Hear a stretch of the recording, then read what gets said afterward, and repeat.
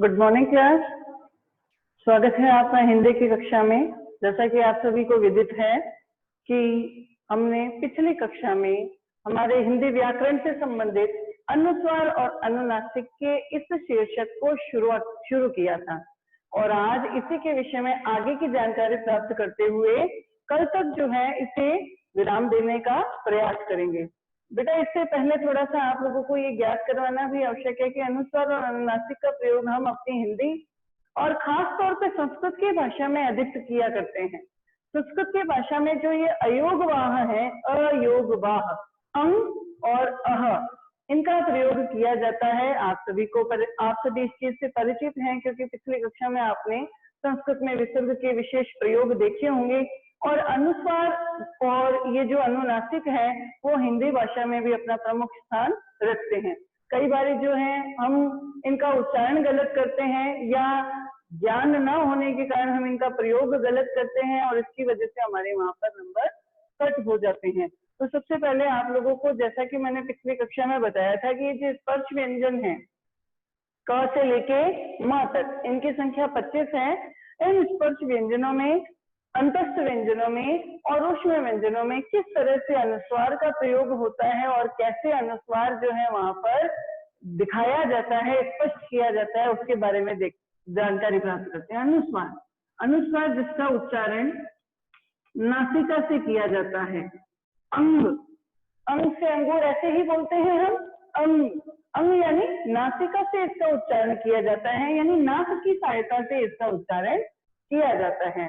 और नाक की सहायता से उच्चारण करने के साथ ही हिंदी भाषा में इसे शिरोरेखा के ऊपर बिंदु के रूप में सूचित किया जाता है। ऐसा ही लिखा जाता है कि कोई शिरोरेखा है, इसके ऊपर बिंदु के रूप में इसे सूचित किया जाता है। और यह जो है जिस वर्ण पर लिखा गया है, जिस वर्ण पर अंकित है, वर्ण पर अंकित है, उसके पश्चात इसका उच्चारण किया जाता है, उसके पश्चात इसका उच्चारण किया जाता है। ये तो हो गया यहाँ पर इस अनुस्वार का परिचय। अब जैसे यहाँ पे मैंने कई शब्द लिखे, जैसे मैं लिखती हूँ र पे है अनुस्वार और ग लिखा। अब इसका उच्चारण करेंगे तो क्या बोला जाएगा? रंग। र के बाद इसका उच्चारण आ रहा है रंग। इसी तरह से मैंने यहाँ पे लिखा अ के साथ अनुस्वार और ग, तो क्या बन गया? अंग।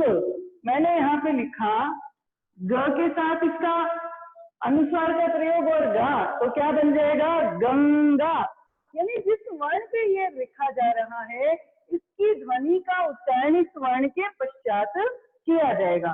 तो ये तो हुआ अनुस्वार का एक सामान्य परिचय। और अनुस्वार का प्रयोग हम कहाँ कहाँ करते हैं, इसके विषय में भी मैंने आपको जानकारी दी थी, तो एक बार इसका दोहरान कर लिया जाए तो ज्यादा बेहतर रहेगा कि अनुस्वार का प्रयोग कहाँ कहाँ किया जाता है। बेटा मैंने आपको पिछली कक्षा में बताया कि ये हैं हमारे पंचमाक्षर, 5वें नंबर पर प्रयुक्त हो रहे हैं। इन्हें हम पंचमाक्षर भी कहते हैं और इनको नासिक्य वर्ण भी कहा जाता है। नासिक्य वर्ण क्योंकि इनका उच्चारण करते समय नासिका की मदद ली जाती है। अंग, य, अण, न, म, जब इसका उच्चारण करते हैं तो नाक की सहायता से जो है इसकी ध्वनि जो है वो विशेष रूप से उच्चारित होती है। इन पंचमाक्षरों के स्थान पर अब अनुस्वार के विशेष प्रयोग कौन कौन से हैं? तो सबसे पहला प्रयोग मैंने आपको समझाया था कि पंचमाक्षर के स्थान पर अनुस्वार, पंचमाक्षर के स्थान पर अनुस्वार। अब अनुस्वार का प्रयोग पंचमाक्षर के स्थान पे कैसे होता है? देखिए बेटा, इनसे संबंधित एक एक उदाहरण यहाँ पे लिखा जा रहा है। जैसे मैंने यहाँ लिखा आपके कितने अंक आए, अंगा का उच्चारण है, अंगा जो है अंक, ऐसे लिखा गया है। मैंने यहाँ पे लिखा संचय। ये इस तरह से संस्कृत के भाषा में इनका इस तरह से ही प्रयोग किया जाता है, लेकिन हिंदी में हम इनके स्थान पर यानी नासिक के वर्ण के स्थान पर हम अनुस्वार का प्रयोग कर सकते हैं। अब मैंने यहाँ पे लिखा ठंडा, मैं यहाँ पे लिखती हूँ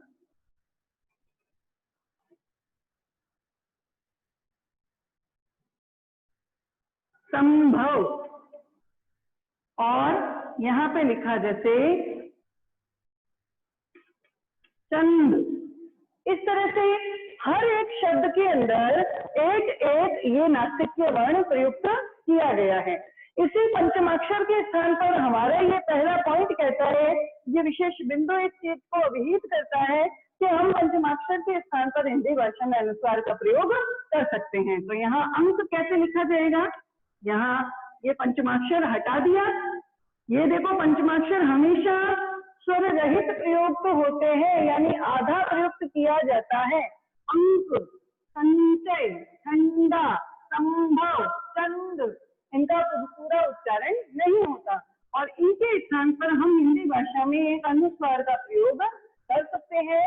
यानी तात्पर्य यह है कि ये जो अनुस्वार है, इन पांचों पंचमाक्षरों का एक स्वर में ध्वनि उच्चारित करता है। शब्द के आधार पर उसका जो रूप है वो बदलता दिखाई देता है। इसे आप चंद बोल रहे हो तो यहाँ पर ये संभव है।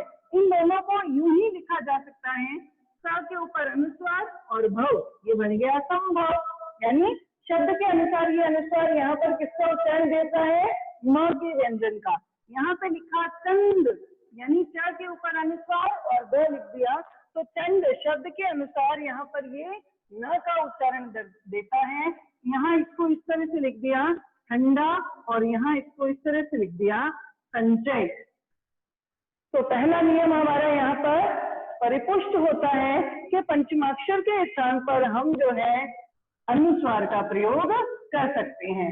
अब दूसरा यहाँ पे नियम मैं आपको दिखाती हूँ कि दूसरे नियम में हम कहते हैं कि यदि अनुस्वार है और अनुस्वार के बिल्कुल बाद य, र, ल, व ये आते हों, तो अनुस्वार अपने मूल रूप में ही आएगा, उसके स्थान पर आप ये पंचमाक्षर प्रयुक्त नहीं कर सकते, ये नियम है। तो यहाँ पर जैसे मैंने लिखा, यहाँ पे मैं लिखती हूँ सम अनुस्वार, और यहाँ पे लिख दिया मैंने रचना, यानी पीछे र से र का मेल हो गया। मैंने यहाँ पे लिखा सम और इसके साथ जोड़ दिया मैंने लग्न। यहाँ पर इस तरह से यहाँ मैंने लिखा सम और फिर मैंने जोड़ दिया वाद, और यहाँ पर मैंने यहाँ लिखा सम प्लस यम।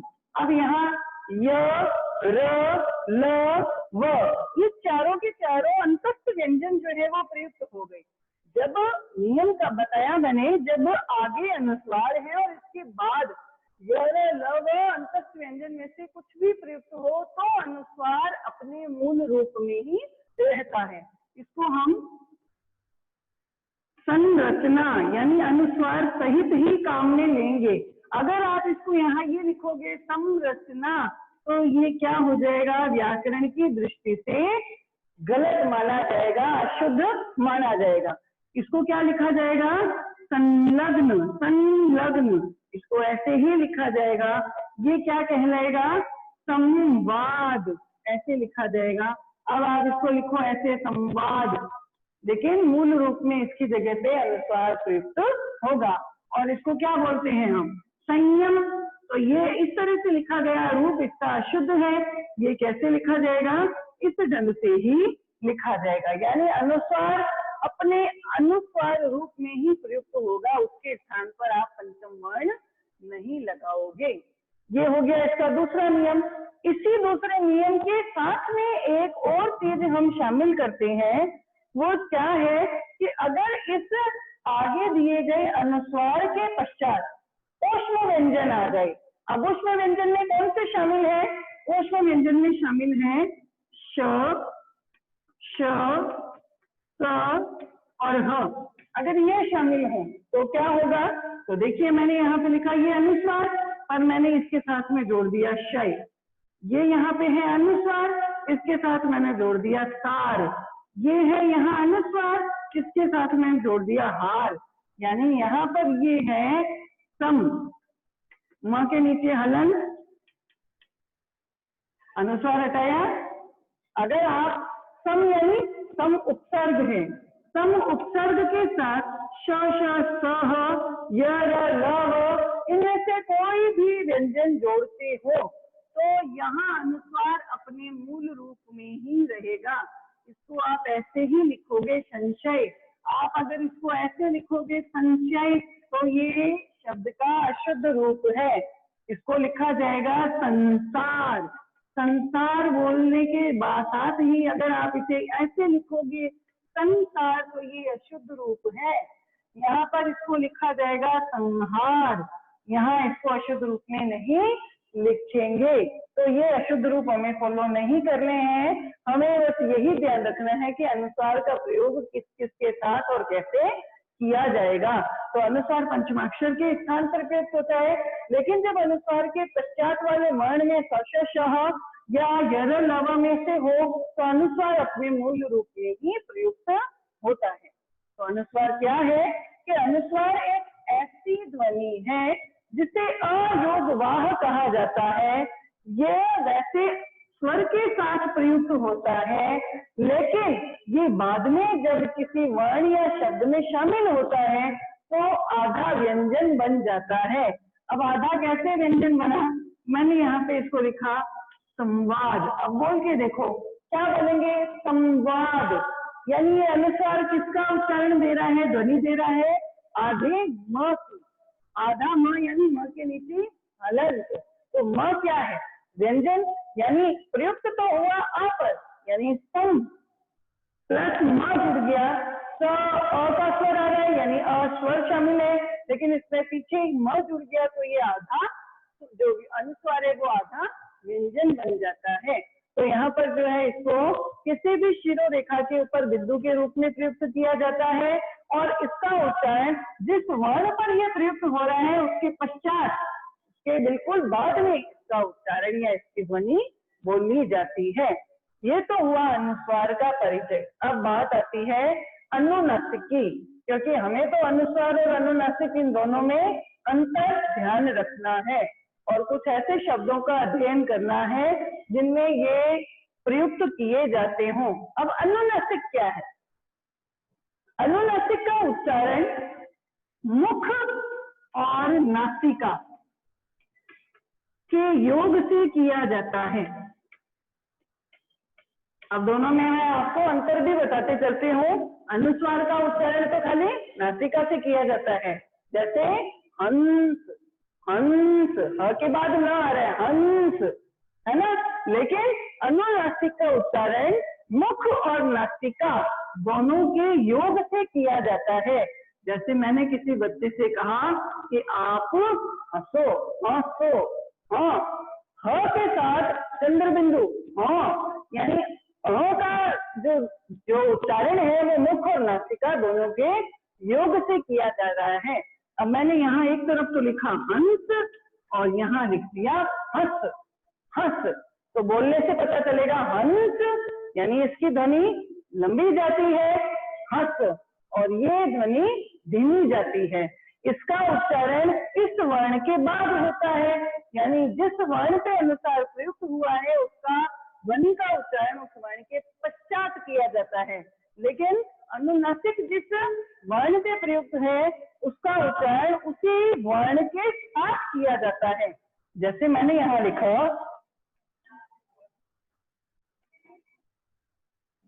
ये तो लिखा गया पंच, पंच, पंच, लेकिन अगर मैं यहाँ लिख दूं पांच तो प के साथ ही अनुनासिक का उच्चारण हो रहा है पांच, आ का स्वर आता है और ये आ का स्वर मुख और नासिका दोनों के योग से आता है। अनुस्वार तो हमने लिखा शिरोरेखा पे एक बिंदु, लेकिन अनुनासिक क्या है, शिरोरेखा पे चंद्र बिंदु। दो अंतर यहाँ पर स्पष्ट हो गए कि अनुस्वार जो है वो शिरोरेखा के ऊपर बिंदु के रूप में सूचित होता है, लेकिन अनुनासिक जो है वो शिरोरेखा के ऊपर चंद्र बिंदु के रूप में अंकित होता है। और बहुत बड़ा अंतर जो इन दोनों ने स्पष्ट किया, मैंने अभी आपको बताया कि अनुस्वार का उच्चारण अनुस्वार जिस वर्ण से प्रयुक्त हो रहा है उसके पश्चात अनुस्वार की ध्वनि का उच्चारण होता है, लेकिन अनुनासिक का उच्चारण जिस वर्ण पर ये प्रयुक्त हो रहा है उसी के साथ, जिस वर्ण से प्रयुक्त है, वर्ण के साथ प्रयुक्त है, उसी के साथ इसका उच्चारण किया जाता है। उसी के साथ इसका उच्चारण किया जाता है। अब यहाँ पर जो है आप इससे परिचित हो गए होंगे कि अनुनासिक क्या है। अनुनासिक वह ध्वनि है जिसका उच्चारण मुख और नासिका दोनों के योग से किया जाता है। हिंदी भाषा में इसे शिरोरेखा के ऊपर चंद्र बिंदु के रूप में अंकित किया जाता है। जिस वर्ण पर यह प्रयुक्त हो रहा है तो इसकी ध्वनि का उच्चारण उस वर्ण के साथ किया जाता है। तो यहाँ पर जो है ये अनुनासिक का एक सामान्य जो परिचय है वो प्राप्त हो चुका है। अब अनुनासिक का प्रयोग कैसे कैसे किया जाता है उसके विषय में जानकारी हासिल करते हैं। अनुनासिक का प्रयोग किस तरह से और कैसे किया जाता है, तो सबसे पहली बात मैंने आपको जब अनुस्वार का बताया था उसी में मैंने बताया था कि जब अपन लिखते हैं, ध्यान दीजिएगा, ये मैंने लिखा आ, ये मैंने लिखा ई, ये बड़ी ई के साथ भी ऐसे ए, आई, ओ, औ, ये क्या है? स्वर की मात्राएं। पिछली कक्षा में मैंने आपको बताया था जहां पर शिरोरेखा के ऊपर की मात्रा है, जैसे छोटी ई, जैसे बड़ी ई, जैसे ए, जैसे आई, जैसे ओ, जैसे औ। इन मात्राओं के साथ हमेशा अनुनासिक प्रयुक्त होता है, लेकिन लेखन की सुविधा के लिए, क्योंकि यहाँ ऊपर मात्रा भी प्रयुक्त हो रही है, तो चंद्र बिंदु का प्रयोग करना बहुत ही असुविधा उत्पन्न कर देता है। इसलिए हम इस अनुनासिक को हटा करके यहाँ पर अनुस्वार का प्रयोग कर देते हैं। जैसे मैंने लिखा में, कक्षा में, यहाँ में के साथ हमने अनुस्वार प्रयुक्त किया, होना तो अनुनासिक चाहिए, लेकिन ये लेखन की सुविधा के आधार पर असहज प्रतीत होता है, इसलिए यहाँ से चंद्र हटा दिया और ये अनुस्वार के रूप में ही रह गया। मैंने बोला मैं कल जयपुर जाऊंगा, तो मैं में भी ये अनुस्वार प्रयुक्त हो रहा है, और होता क्या है? अनुनासिक ही प्रयुक्त होता है। तो कहने का क्या तात्पर्य है कि पहला पॉइंट कि स्वर की जितनी मात्राएं हैं, मूल रूप से जो मात्राएं शिरोरेखा के ऊपर से लिखी जाती है, उनके साथ हमेशा अनुनासिक ही प्रयुक्त होता है। स्वर की जितनी भी मात्राएं हैं जिन्हें शिरोरेखा के ऊपर से अंकित किया जाता है, उनके साथ हमेशा ही अनुनासिक का प्रयोग किया जाता है। अब ये जहां पर जैसे मैंने यहाँ पे लिखा नहीं, नहीं, तो यहाँ चंद्र बिंदु लगाना बड़ा असहज सा लगता है, इसलिए चंद्र हटा करके इसे सिर्फ अनुस्वार के साथ ही अंकित किया गया है। तो यहाँ ये बात स्पष्ट होती है कि सबसे पहला प्रयोग है कि जब भी अनुनासिक का प्रयोग होता है तो अनुनासिक जो है स्वरों की मात्राओं के साथ प्रयुक्त होते हैं। मैंने यहाँ पर अनुस्वार के बारे में आपको बताया था कि अनुस्वार का जब प्रयोग होता है तो वो होता तो आ के साथ है, लेकिन आगे आते आते वो आधे व्यंजन में बदल जाता है।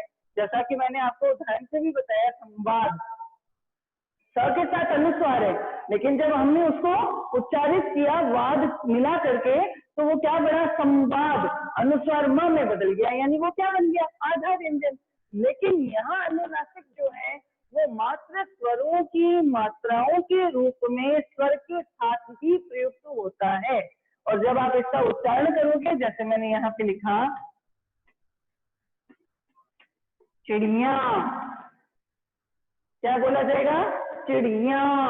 या के साथ आ की मात्रा है, और आ की मात्रा के साथ क्या प्रयुक्त हो गया? चंद्र बिंदु ही प्रयुक्त हुआ, जिसे अनुनासिक की संज्ञा दी जाती है। और इस ध्वनि का उच्चारण इस स्वर की मात्रा के सहित ही किया जाता है। जैसे मैंने यहाँ लिखा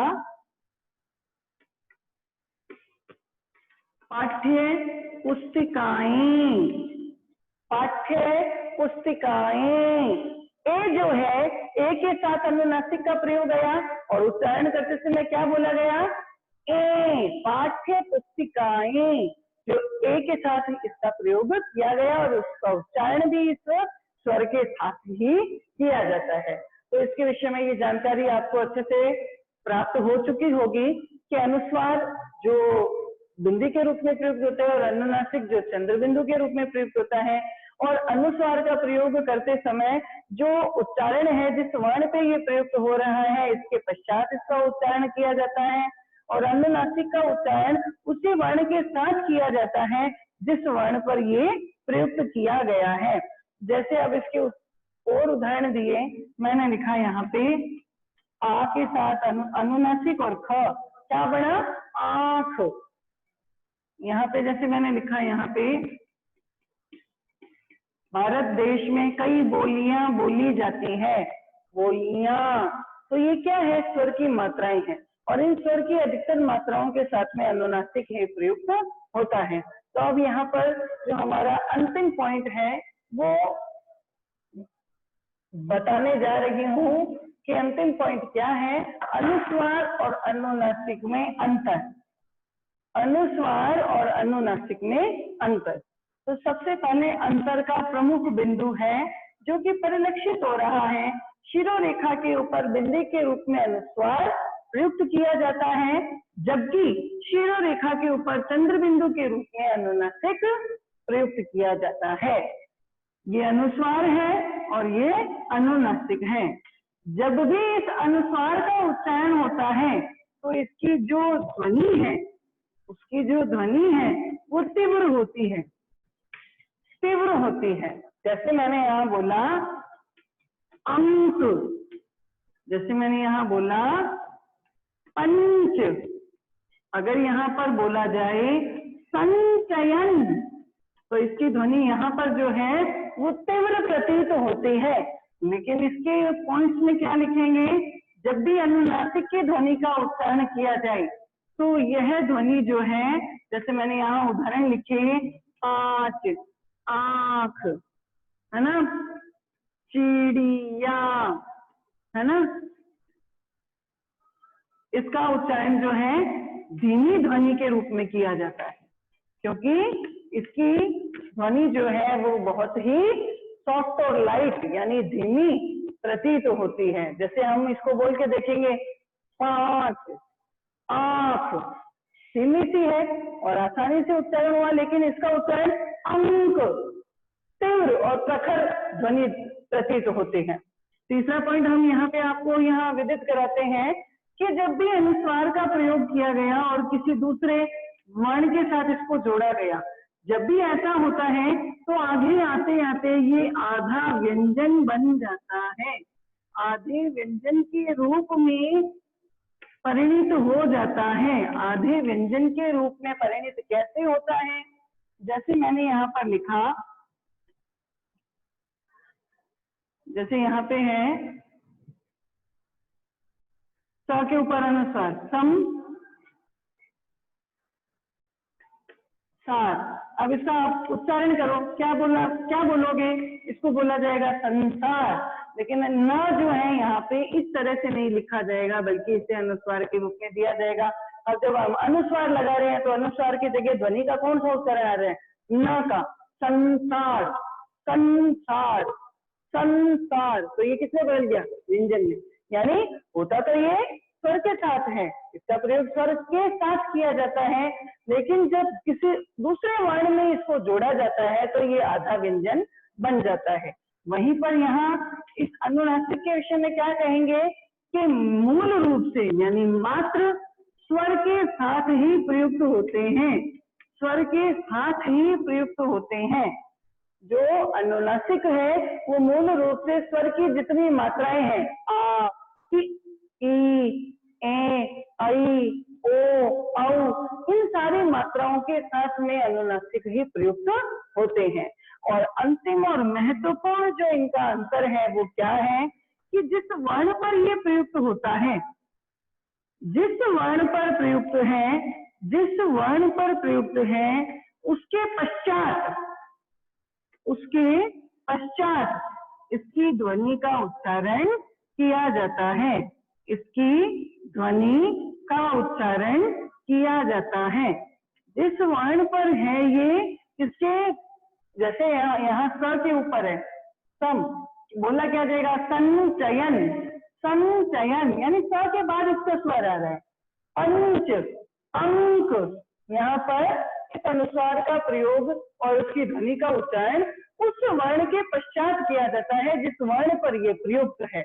और अनुनासिक का क्या है, अनुनासिक में है कि जिस वर्ण पर ये प्रयुक्त है, जिस स्वर पर या वर्ण पर प्रयुक्त है, उसी के साथ प्रयुक्त है, उसी के साथ इसका उच्चारण, उसी के साथ इसकी ध्वनि का उच्चारण किया जाता है, इसकी ध्वनि का उच्चारण किया जाता है।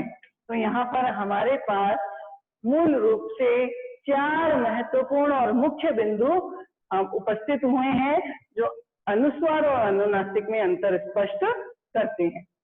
क्या है, ये शिरोरेखा पे बिंदु के रूप में, ये शिरोरेखा पे चंद्र बिंदु के रूप में। यह जो है प्रखर या तीखी या अधिक ध्वनि देता है और ये जो है धीमी या कम ध्वनि देता है। जब भी अनुस्वार का प्रयोग किया जाता है तो जब ये किसी और वर्ण में जुड़ता है तो ये आधा व्यंजन बन जाता है, लेकिन अनुनासिक मूल रूप से स्वर की मात्राओं के साथ ही प्रयुक्त होते हैं। और जब अनुस्वार का प्रयोग जिस वर्ण पे किया गया, इसका उच्चारण उस वर्ण के पश्चात किया जाता है, ध्वनि का उच्चारण उस वर्ण के पश्चात किया जाता है। लेकिन अनुनासिक जिस वर्ण के या स्वर के साथ इसका उच्चारण हो रहा है, प्रयोग हो रहा है, इसकी ध्वनि का उच्चारण भी उसी स्वर या वर्ण के साथ किया जाता है। तो ये कुछ महत्वपूर्ण जो अंतर के बिंदु हैं वो यहाँ पर स्पष्ट होते हैं। अब बात आती है इसके उच्चारण की। एक और इसका अंतर है उच्चारण स्थान, यानी इसका उच्चारण कहाँ से किया जाता है, इसका उच्चारण नासिका से होता है। ये 5वां पॉइंट बन गया हमारे पास। अनुस्वार का उच्चारण मूल रूप से नासिका की सहायता से किया जाता है, लेकिन अनुनासिक का उच्चारण मुख और नासिका दोनों की सहायता से किया जाता है। तो ये 5वां पॉइंट यहाँ पर एक और जुड़ जाता है जो अनुस्वार और अनुनासिक में अंतर स्पष्ट करता है। अब बात आती है अनुस्वार और अनुनासिक से बनने वाले कुछ महत्वपूर्ण शब्दों की, जिसका उच्चारण कैसे किया जाएगा उसके बारे में भी हम अध्ययन कर लेते हैं।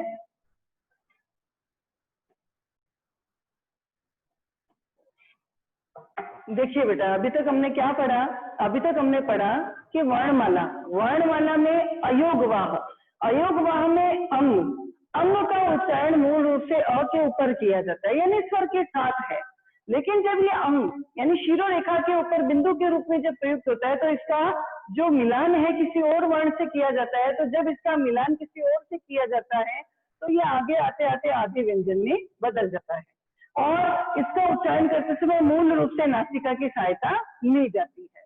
ठीक है। और अनुनासिक जिसे चंद्र बिंदु के रूप में सूचित किया जाता है और जिस वर्ण पे प्रयुक्त किया जा रहा है उसी के साथ इसकी ध्वनि का उच्चारण किया जाता है। इसी के साथ इसकी ध्वनि का उच्चारण करने के साथ साथ क्या है, ये मूल रूप से स्वरों की मात्राओं के साथ ही प्रयुक्त होता है, स्वरों से पृथक इसका प्रयोग नहीं होता। कहीं भी देखिएगा ए, आई, ओ, औ, इससे जो बिंदु है, बहुवचन में जो बिंदु लगता है वो मूल रूप से अनुनासिक है, लेकिन लेखन की सुविधा और असहज स्थिति को मिटाने के लिए वहां पर अनुस्वार जो है वो प्रयुक्त करते हैं और अनुनासिक को हटा दिया जाता है, क्योंकि एक तो शिरोरेखा पे मात्रा आ रही है और मात्रा के साथ चंद्र बिंदु आना बहुत मुश्किल पैदा करता है, इसलिए वहां पे चंद्र हटा करके मूल रूप से अनुस्वार लगा दिया जाता है। लेकिन आता क्या है, अनुनासिक आता है और इसका उच्चारण करते समय मुख और नासिका दोनों की मदद ली जाती है। तो यहाँ पर जो है अनुस्वार किसे कहा गया है, अनुनासिक किसे कहा गया है, अयोगवाह क्यों कहा जाता है, क्योंकि ये न तो मूल रूप से स्वरों में शामिल है न ही व्यंजन में शामिल है, बल्कि ये थोड़ा उन दोनों से पृथक और अलग है, आंशिक रूप से इनमें शामिल भी है और नहीं भी है, इसलिए इनको अयोगवाह कह दिया गया है। तो इस तरह से यहाँ पर इन दोनों का प्रयोग आपके सामने परिलक्षित किया गया। एक बेटा आपने देखा होगा हिंदी भाषा में इस चिन्ह का प्रयोग किया जाता है, यानी सिर्फ चंद्र है उसमें बिंदु नहीं है, चंद्र बिंदु नहीं है, सिर्फ चंद्र प्रयुक्त किया जाता है और ये चंद्र जो है मूल रूप से आ या ओ का उच्चारण देता है, आ या ओ का उच्चारण देता है। जैसा कि आपको विदित है कि हमारी हिंदी भाषा में इसका जो शब्द भंडार है वो बहुत विस्तृत है। क्यों है? क्योंकि हिंदी भाषा में कई अन्य भाषाओं के शब्दों को शामिल किया गया। अब जैसे हम कभी किसी चिकित्सक के पास जाते हैं या वैद्य के पास जाते हैं तो हम उसको संबोधन देते हैं डॉक्टर। अब ये डा और इसके ऊपर चंद्र का जो प्रयोग है, इस चंद्र का प्रयोग होने से यहाँ पर ये किस मात्रा को सूचित करेगा या उच्चारित या ध्वनि देगा, वो है ओ की मात्रा। इसको क्या बोला जाएगा? डॉक्टर। जब भी हम कहते हैं कि मैंने अपना कार्य अपनी कॉपी में कर लिया है, तो कॉपी के ऊपर ये भी किसने किसका उच्चारण दे रहा है? ओ का। यहाँ पर दिया गया ऑस्कर अवार्ड से उसको सम्मानित किया गया, तो यहाँ पर भी ये इस तरह की ध्वनि प्रयुक्त करवाता है। तो ये जो है ये भी एक मात्रा के रूप में या अयोगवाहक के रूप में हिंदी भाषा में शामिल किया गया है, क्योंकि विदेशी भाषा के कई ऐसे शब्द जो हिंदी भाषा में शामिल कर लिए गए हैं, तो इनका उच्चारण करने के लिए इनको एक विशेष ध्वनि दी गई है और वो ध्वनि आ या ओ के रूप में उच्चारित की जाती है। तो मुझे ऐसा लगता है कि बेटा ये हमारा टॉपिक जो है आप लोगों को समझ आ गया होगा। आज की कक्षा में इतना ही। कल जो है इसी से संबंधित कुछ शब्द जो है मैं उदाहरण के तौर पर लेकर आऊंगी, जिससे हमें जो है इन दोनों का अंतर और इनका प्रयोग अच्छे से समझ आ जाए। तो धन्यवाद। घर पर रहें, सुरक्षित रहें और ऑनलाइन कक्षाओं के माध्यम से इस तरह से अपने अध्ययन को सुचारू रूप से जारी रखें। धन्यवाद बेटा।